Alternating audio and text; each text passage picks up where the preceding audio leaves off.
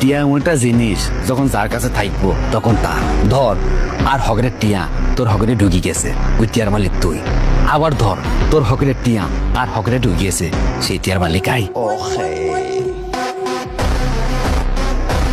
বাংলাদেশে নাটকের ডিরেক্টরের নাম মাথায় আসলে সবার আগে মাথায় আসে ডিরেক্টর অমির কথা। আসবে না কেন, তার লেখা নাটক ব্যাচেলার পয়েন্ট যে বাংলাদেশের সেরা নাটকের তালিকা আছে। আর এই নাটকের ক্যারেক্টার ও কিছু ডায়লগ নিয়ে আমরা সাজানো আজকের এই ভিডিও। এই ভিডিওতে আরো থাকবে ডিরেক্টর অমির বানানো সেরা কিছু নাটক এবং আমার আপনার পছন্দের নাটক। বেশি কথা না বলে আমরা চলে যাই আমাদের মূল ভিডিওতে।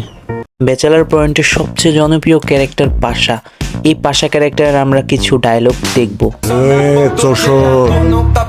ভাই হয়ে ভাইয়ের লগে গুটি করস পরে ধইরা কইরা দাও।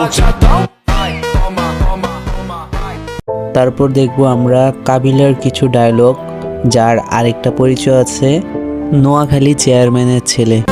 আরে ভাইয়া 2 দিন হচ্ছে টিয়া কামান তো ইয়েলে বাপ পড়ে গেছে আমরা কেন আমাকে সব ব্র্যান্ড লাগে না, আমরা জন্মের পর ধরিয়ে ব্র্যান্ড।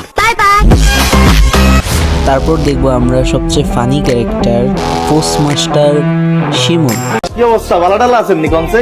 আমি ভালো আছি, তুমি কিন্তু ইদানিং খুব দুষ্টু হয়ে যাচ্ছ। ওনাই আর দুষ্টামি করলাম, সুযোগই তো দেন না। দুইটা মাই খাই দিল কাবিলা ভাই।